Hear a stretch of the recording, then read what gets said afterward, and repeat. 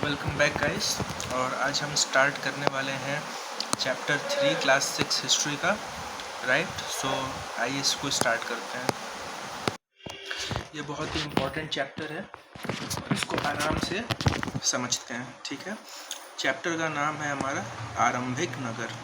ठीक है, तो पहले हम देखते हैं हड़प्पा की कहानी।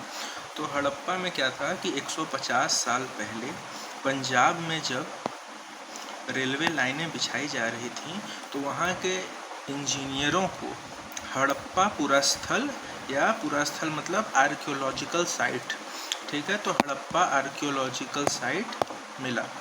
ठीक है, जो इस समय आधुनिक पाकिस्तान में है।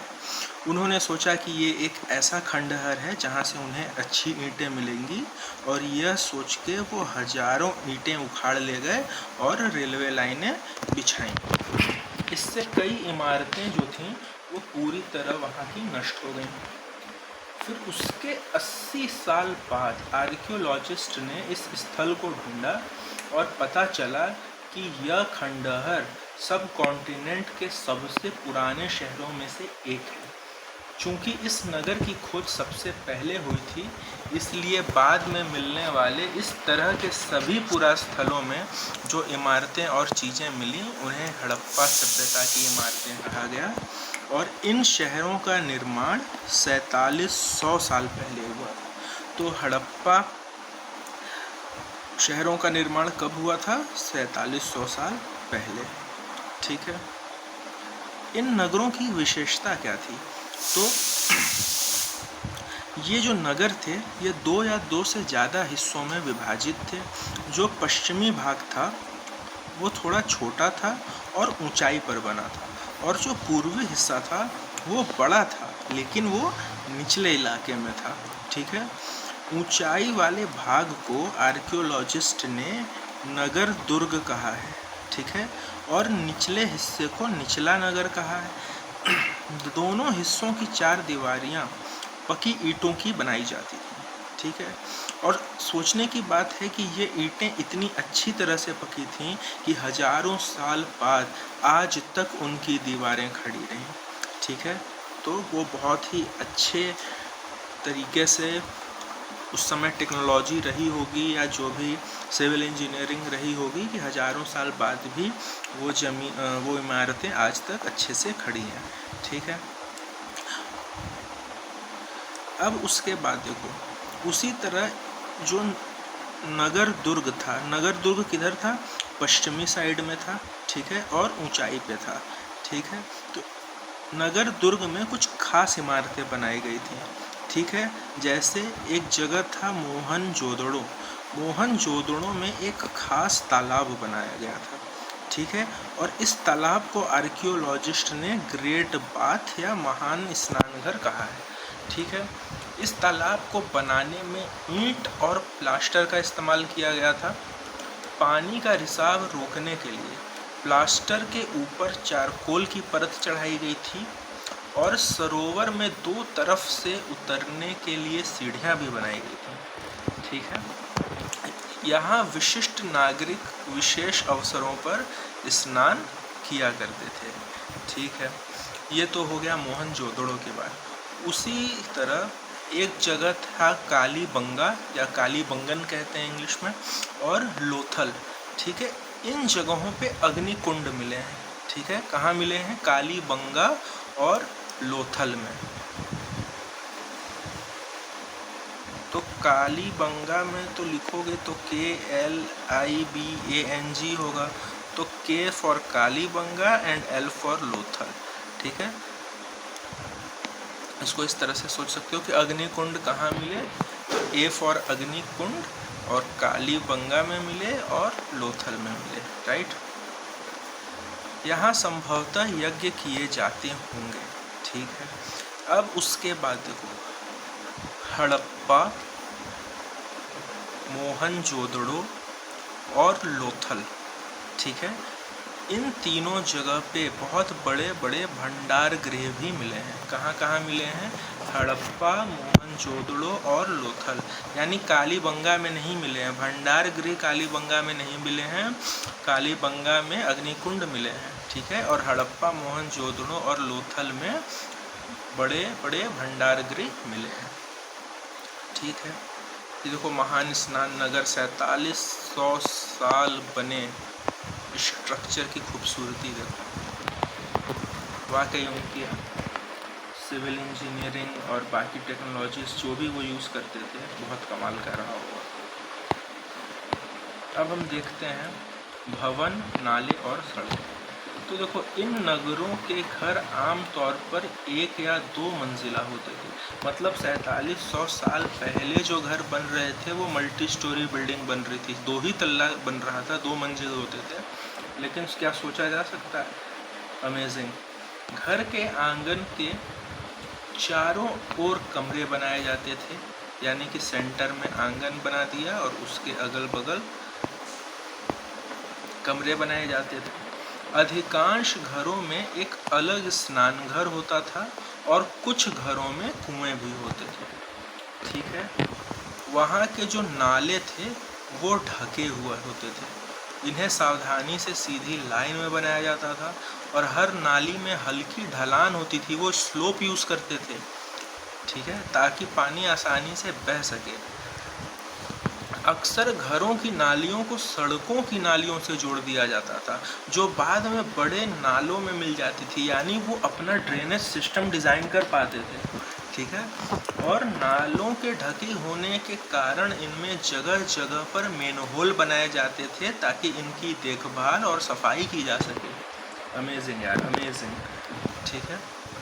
घर, नाले और सड़कों का निर्माण योजनाबद्ध तरीके से एक साथ ही किया जाता था, ठीक है। ये फिगर देखो हड़प्पा के नगरों में ईंटों की चिनाई का। नगरीय जीवन, तो हिस्ट्री हिंदी में पढ़ने का एक सबसे बड़ा एडवांटेज ये है कि इस चीज़ को अच्छे से समझा, मतलब कि हम लोग अब इसका मैग्नीट्यूड समझ पा रहे हैं, है कि नहीं। एक डिस्टिंक्ट आर्किटेक्चर, वेल डिज़ाइंड वे में वो लोग रहते थे, अमेजिंग, ठीक है। अब देखते हैं उनका नगरीय जीवन कैसा हुआ करता था, ठीक है। हड़प्पा के नगरों में बड़ी हलचल रहा करती होगी, ऐसा लोग मानते हैं। यहाँ पर ऐसे लोग रहते थे जो खास इमारतें बनाने की योजना में जुटे रहते थे, यानी कि ये लोग यहाँ के शासक थे। तो शासक कहाँ रहा करते थे? हड़प्पा में रहा करते थे। यह भी संभव है कि ये शासक लोगों को भेजकर दूर दूर से धातु, बहुमूल्य पत्थर और अन्य उपयोगी चीज़ें मंगवाते थे, ठीक है। इन नगरों में लिपिक भी होते थे जो मुहरों पर तो लिखते ही थे और शायद अन्य चीज़ों पर भी लिखते होंगे जो बच नहीं पाई हैं, ठीक है। अच्छा, वहाँ के जो शिल्पकार होते थे वो महिला और पुरुष दोनों होते थे, ठीक है, जो अपने घरों या किसी उद्योग स्थल पर इस तरह की चीज़ें बनवाते होंगे। लोग लंबी यात्राएं भी करते थे और वहाँ से उपयोगी वस्तुएं लाते थे, ठीक है। वहाँ पे मिट्टी के कई खिलौने भी मिले हैं जिन्हें बच्चे खेलते रहा होंगे। यानी कि वहाँ अगर स्त्री और पुरुष दोनों काम करते थे, यानी कि एक अच्छे सोसाइटी वहाँ पे डेवलप हो चुकी थी, राइट। ये वहाँ पे मिले खिलौने हैं, ठीक है। यहाँ पे ये देखो मोहनजोदड़ो की एक सड़क और उसमें बना हुआ नाला, ऊपर एक कुआं दिखाया गया है, ठीक है, सबसे ऊपर। अच्छा, ये नाले की पिक है, ये कुएं की पिक है जिसमें हाँ, और ये हड़प्पा की एक मुहर है और ये बच्चों का खिलौना है, राइट। अब देखते हैं नगर और नए शिल्प। देखो वहाँ से क्या क्या चीज़ें मिली हैं, अब ये देखते हैं, ठीक है। वहाँ से जो चीज़ें आर्कियोलॉजिस्ट को जो चीज़ें वहाँ से मिली हैं उनमें अधिकतर पत्थर, शंख, तांबे, कांसे, सोने और चांदी जैसे धातुओं से बनाई गई थी, ठीक है। जो तांबा और कांसा था उससे औजार, हथियार, गहने और बर्तन बनाए जाते थे। सोने और चांदी से गहने और बर्तन बनाए जाते थे। ठीक है। यहाँ मिली सबसे आकर्षक वस्तुओं में मनके, बाट और फलक हैं। ठीक है। अब इम्पोर्टेंट पॉइंट यहाँ पे है कि हड़प्पा सभ्यता के लोग पत्थर की मोहरें बनाते थे। ठीक है। इन आयताकार मोहरों पर सामान्यतः जानवरों के चित्र मिलते हैं। ठीक है। और हड़प्पा सभ्यता के लोग काले रंग से डिजाइन किए हुए खूबसूरत लाल मिट्टी के बर्तन बनाते थे। ये भी हम देख सकते हैं, इस पे पृष्ठ दिया हुआ है। 7000 साल पहले इंडस वैली सिविलाइजेशन में एक शहर था जिसका नाम था मेहरगढ़। मेहरगढ़ में कपास की खेती होती थी, यानी कि कॉटन की खेती हुआ करती थी। कहाँ पे? मेहरगढ़ में। मोहनजोदड़ो से कपड़ों के टुकड़ों के अवशेष, चांदी के एक फूलदान के ढक्कन तथा कुछ अन्य तांबे की वस्तुओं से चिपके हुए मिले। ठीक है। पकी मिट्टी तथा फेयंस से बनी तकलियां सूत कताई का संकेत देती हैं।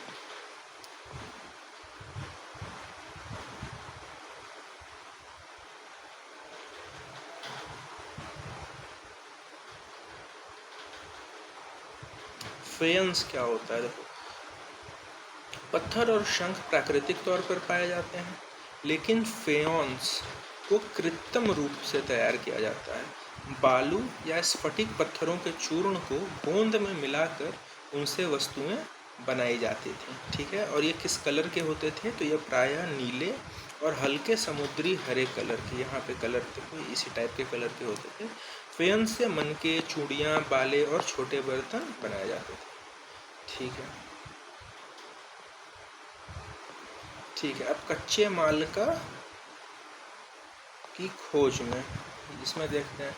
तो जो हड़प्पा के लोग थे, तांबा मीन्स क्या होता है? कॉपर होता है, राइट? तो कॉपर जो है वो राजस्थान से मंगवाया जाता था हड़प्पा में। ठीक है। और एक पश्चिम एशियाई देश ओमान से भी कॉपर मंगवाया जाता था। ठीक है। उसके बाद कांसा। कांसा मतलब क्या होता है? हमारा ब्रॉन्ज, राइट? तो जो ब्रॉन्ज होता था, ब्रॉन्ज बनाने के लिए तांबे के साथ मिलाई जाने वाली धातु टिन। ठीक है। टिन आता था आधुनिक ईरान से। ठीक है। और अफगानिस्तान से। टिन कहाँ से आता था? ईरान और अफगानिस्तान से। सोना जो है, gold, wait a minute, gold Karnataka से मंगवाया जाता था, बट गोल्ड जो है वो कर्नाटक से आता था। ठीक है। और बहुमूल्य पत्थर जो है वो गुजरात, ईरान और अफगानिस्तान से किया जाता था। ठीक है। अब देखो, नगरों में रहने वालों के लिए भोजन का क्या सिस्टम था? तो पौधों के अवशेषों से पता चलता है कि हड़प्पा के लोग गेहूं, जौ, दाल, मटर, धान, तिल और सरसों उगाते थे। जमीन की जुताई के लिए हल का प्रयोग एक नई बात थी। ठीक है। हड़प्पा काल के हल तो नहीं बच पाए क्योंकि वो लकड़ी से बनाए गए होंगे, लेकिन हल के आकार के खिलौने मिले हैं। इससे ये पता चलता है कि उन्हें हल के कॉन्सेप्ट के बारे में पता था, तभी उसके आकार के खिलौने बनाए जाने लगे। ठीक है। क्षेत्र में बारिश कम होती है, इसलिए सिंचाई के लिए लोगों ने कुछ तरीके अपनाए होंगे। संभवतः पानी का संचय करना सीखा होगा, है कि नहीं? हड़प्पा के लोग भैंस, गाय, भेड़ और बकरियां पालते थे। ठीक है। अब हम देखते हैं कि गुजरात में हड़प्पा कालीन नगर का सूक्ष्म निरीक्षण। ठीक है। तो कच्छ के इलाके में खदीर बेत के किनारे, ठीक है। राजस्थान में, अरे गुजरात में जो रन ऑफ कच्छ है वहाँ पे उसके पास में एक जगह है जिसका नाम है धौलावीरा। ठीक है। धौलावीरा में साफ पानी मिलता था और ज़मीन क्या थी, उपजाऊ थी। ठीक है। हड़प्पा सभ्यता के कई नगरों को, जैसे हमें पता है कि दो भागों में बांट देते थे, पश्चिमी भाग और पूर्वी भाग, ऊंचाई और थोड़ा सा नीचे बसे शहर उनके थे। लेकिन जो धौलावीरा था उसको 3 भागों में बांटा गया था। ठीक है। इसके हर हिस्से के चारों ओर पत्थर की ऊंची ऊंची दीवार बनाई गई थी और इसके अंदर जाने के लिए बड़े बड़े प्रवेश द्वार थे। इस नगर में एक खुला मैदान भी था जहां लोग क्रिकेट खेलते रहे होंगे। नहीं, क्रिकेट तो ब्रिटिश लाए थे, सॉरी, गुल्ली डंडा। ठीक है। यहाँ मिले कुछ अवशेषों में हड़प्पा लिपि के बड़े बड़े अक्षरों को पत्थरों में खुदा पाया गया है। इन अभिलेखों को संभवतः लकड़ी में जड़ा गया था। ठीक है। यह एक अनोखा अवशेष इसलिए हो जाता है क्योंकि आम तौर पर हड़प्पा के लेख मुहर जैसी छोटी वस्तुओं पर पाए जाते हैं। उसी तरह गुजरात की खंबात की खाड़ी में मिलने वाली साबरमती की एक उपनदी के किनारे लोथल नगर बसा था। लोथल में हमको क्या मिलता था, लोथल में हमें मिलता था अग्निकुंड और लोथल में हमें मिलता था अन्न भंडार। ठीक है, ये ध्यान देना है। हाँ, कीमती पत्थर, कच्चा माल आसानी से मिल जाता था लोथल में। ठीक है। और यह जो लोथल है वह पत्थरों, शंखों और धातुओं से बनाई गई चीज़ों का एक महत्वपूर्ण केंद्र थी। ओके।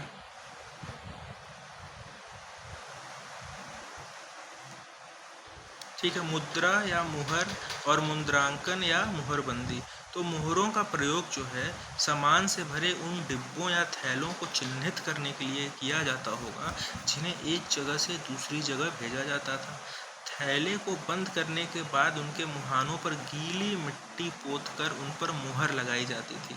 मुहर की छाप को मुहरबंदी कहते थे और यह छाप टूटी हुई नहीं होती थी, तो यह साबित हो जाता था कि सामान के साथ कोई छेड़छाड़ नहीं हुई है। जैसे जोमेटो वाला वो रेड कलर का टेप लगा के नहीं भेजता है कि भैया ये अगर इस ओपन है तो खाना मत लेना, तो उसी टाइप की मुहरबंदी सोचो जोमेटो वाले कॉपीराइट उल्लंघन कर रहे हैं इंडस वैली सिविलाइजेशन वालों का। कोई बात नहीं। सभ्यता के अंत का रहस्य देखो, 4700 साल पहले वो सभ्यता के मिलने के प्रमाण मिले हैं और 3900 साल पहले एक बड़े बदलाव देखने को मिलता है।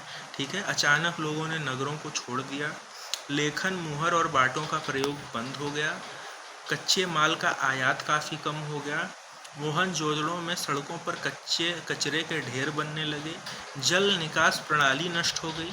ठीक है।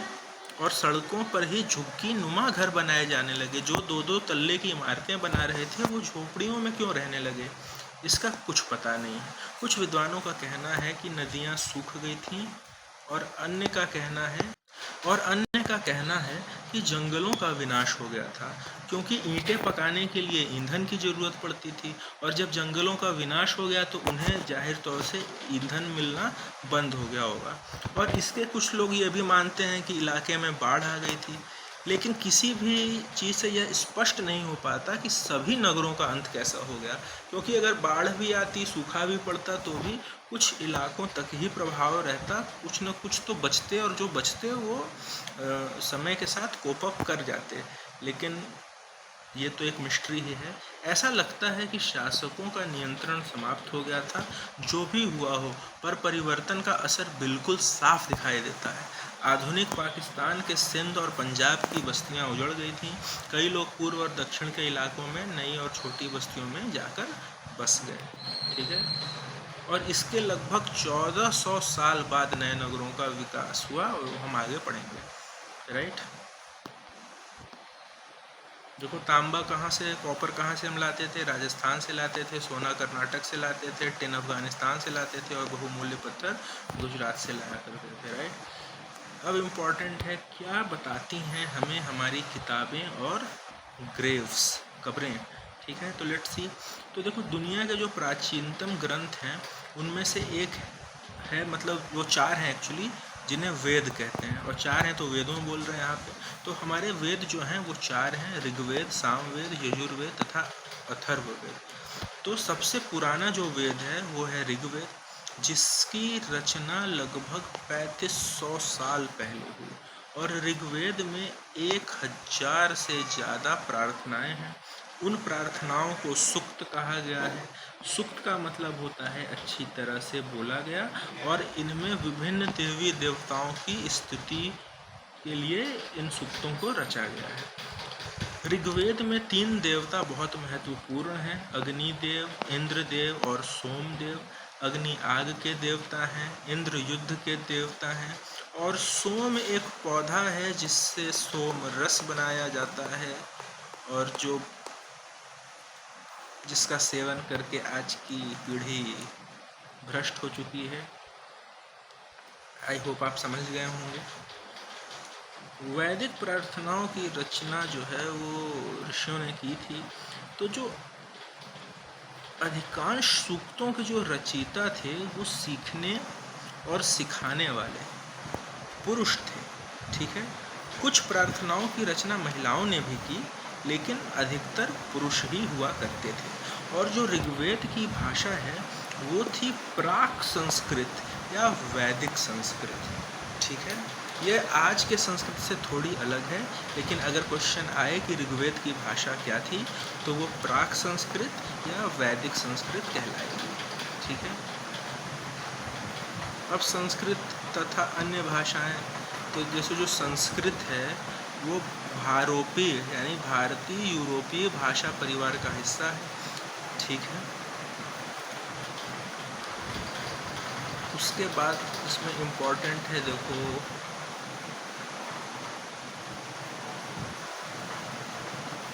तमिल, तेलुगु, कन्नड़ और मलयालम ये द्रविड़ भाषा परिवार की भाषाएं हैं, जबकि झारखंड और मध्य भारत के कई हिस्सों में क्या बोली जाती हैं, ऑस्ट्रो एशियाटिक लैंग्वेजेस, ठीक है। आगे देखते हैं। तो देखो जो ऋग्वेद है ना, वो जो हम ऋग्वेद को जानते हैं वो किताबों के तौर पे जानते हैं, वो उसे किसी ने लिखा होगा और हम लोग उसे पढ़ते हैं। लेकिन जो ऋग्वेद जो है वो एक्चुअली में उसका उच्चारण किया जाता था और श्रवण किया जाता था, न कि पढ़ा जाता था। यानी ऋग्वेद को कुछ लोग बोलते थे और उसे लोग सुना करते थे, एक्सेप्ट किया करते थे, ठीक है। मतलब कि किसी रिटन फॉर्म में ऋग्वेद नहीं था। इसे छापने का काम तो मुश्किल से 200 साल पहले ही हुआ है। Isn't it fascinating? Yes, it is. इतिहासकार ऋग्वेद का अध्ययन कैसे करते हैं, ठीक है। तो लिखित स्रोतों को पढ़ते हैं और भी अन्य तरीके हैं।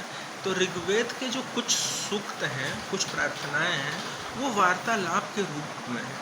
विश्वामित्र नामक ऋषि और देवियों के रूप में पूजित 2 नदियों व्यास और सतलुज, यानी कि अगर कहे कि विश्वामित्र की किन 2 नदियों से वार्तालाप के बारे में जिक्र हुआ है ऋग्वेद में, तो हम वो कौन सी 2 नदियां हैं, तो वो नदियां हैं व्यास और सतलुज, ठीक है।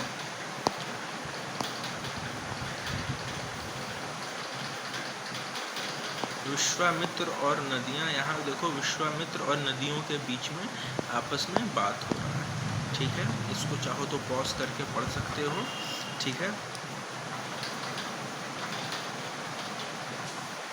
इतिहासकार बताते हैं कि प्रार्थना उस क्षेत्र में रची होगी जहाँ ये नदियाँ बहती हैं, और यह भी सुझाते हैं कि जिस समाज में ऋषि रहते थे वहाँ घोड़ों और गायों को बहुत महत्व दिया जाता था, इसीलिए नदियों की तुलना घोड़ों और गायों से की गई थी, ठीक है। ऋग्वेद की प्रार्थनाओं में सतलज और ब्यास थी ना ऊपर, राइट, हाँ। सतलज और ब्यास के अलावा और भी नदियों का जिक्र हुआ है, जिसमें सरस्वती नदी, सिंधु नदी और उनकी सहायक नदियों का भी अनेक बार जिक्र है।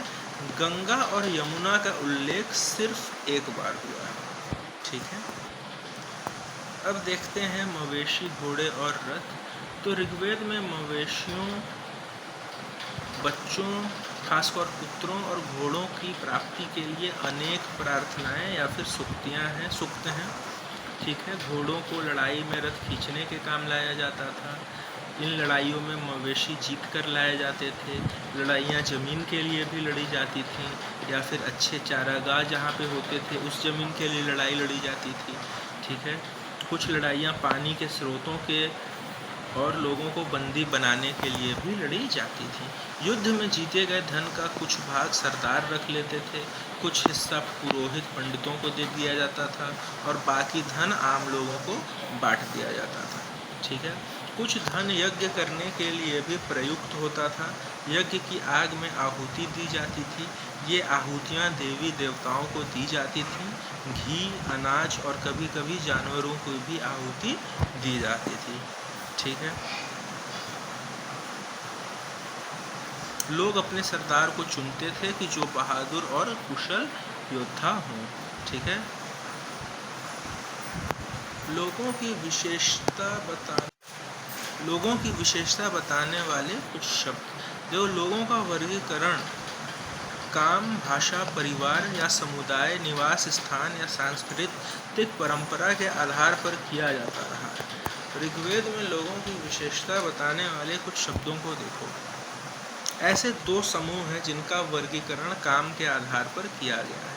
पुरोहित, जिन्हें ब्राह्मण कह देते हैं, ये यज्ञ कराते थे, अनुष्ठान करते थे। और दूसरे लोग थे राजा।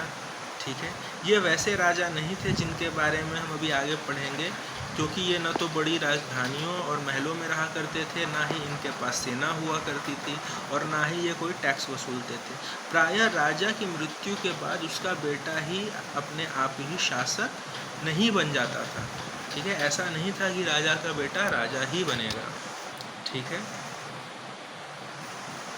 अब उसके बाद देखते हैं कि जनता या पूरे समुदाय के लिए, ठीक है, दो शब्दों का इस्तेमाल होता है। ठीक है, एक था जन, जिसका प्रयोग हिंदी व अन्य भाषाओं में आज भी होता है। दूसरा था विश्व, जिससे वैश्य शब्द निकलता है। ठीक है, इसके बारे में हम अगले चैप्टर में पढ़ेंगे।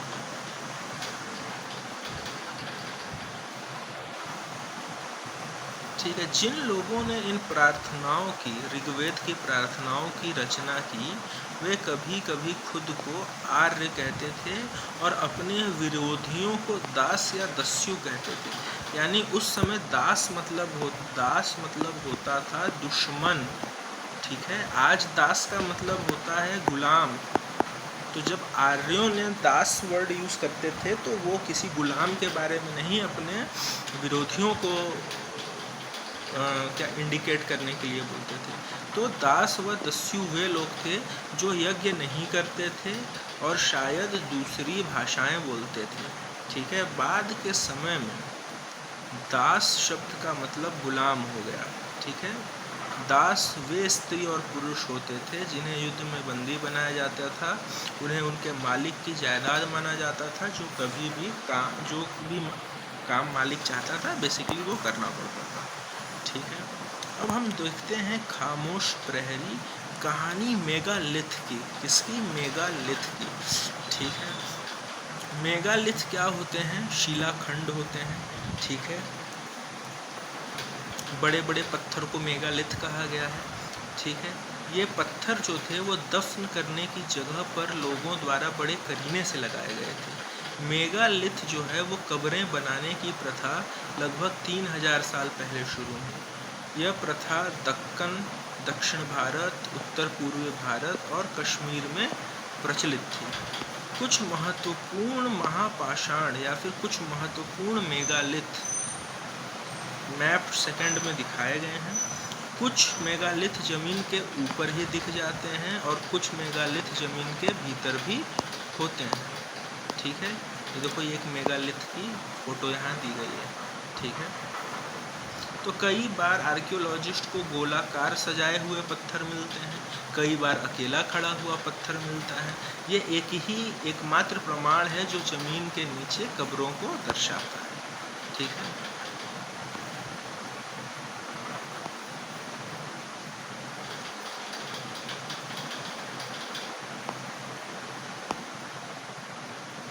ठीक है। लोहे के औजार, हथियार, घोड़ों के कंकाल तथा पत्थर और सोने के गहने वगैरह उन कब्रों में मिले हैं।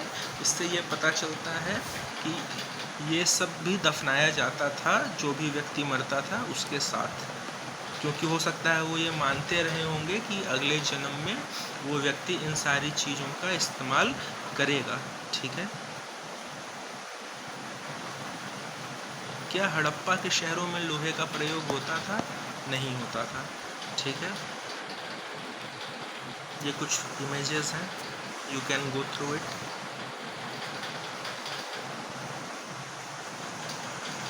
ठीक है। एक जगह है कि जो एक जगह है ब्रह्मगिरी, ठीक है, इसको मैप में देखिए जो हमने पिछले वीडियो में उस मैप को दिखाया है। ठीक है। ब्रह्मगिरी देखो, और यहाँ पे पता चलता है कि एक व्यक्ति की कब्र में 33 सोने के मनके और शंख पाए गए, जबकि दूसरे कंकालों के पास सिर्फ कुछ मिट्टी के बर्तन ही पाए गए हैं। यह दफनाए गए लोगों की सामाजिक स्थिति में भिन्नता को दर्शाता है। कुछ लोग अमीर थे तो कुछ लोग गरीब, कुछ लोग सरदार थे तो दूसरे अनुयायी। क्या कुछ कब्रगाहें खास परिवारों के लिए थी?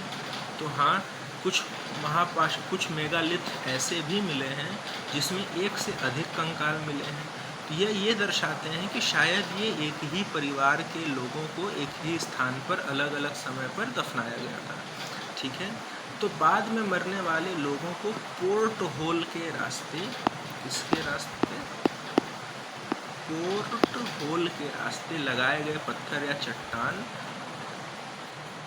जहां लोग आवश्यकता अनुसार शवों को दफनाने दोबारा आ सकते थे। ठीक है। उसी तरह एक जगह है इनाम गांव। ठीक है।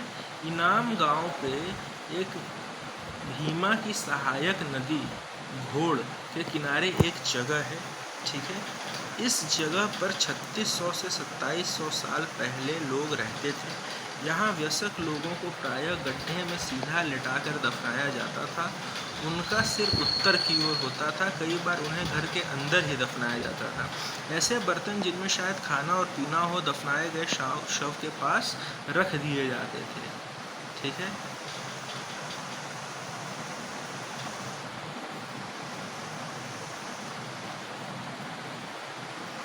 आज से लगभग 2000 साल पहले चरक नाम के प्रसिद्ध वैद्य हुए, जिन्होंने चिकित्सा शास्त्र पर चरक संहिता नाम की किताब लिखी, और उन्होंने कहा कि मनुष्य में 360 हड्डियां होती हैं। आज का साइंस कहता है 206 हड्डियां होती हैं, लेकिन उन्होंने बहुत ज़्यादा नहीं बोला, 360 बोला। तो इससे कहीं ना कहीं ये प्रोबेबिलिटी है कि उन्होंने हड्डियों में दांत को भी गिना होगा। तो 32 तो दांत हो गए, फिर हड्डियों के जोड़ और कार्टिलेज को जोड़कर उन्होंने 360 हड्डियों की संख्या बताई थी, और ये बहुत अच्छे ही वैद्य माने जाते थे।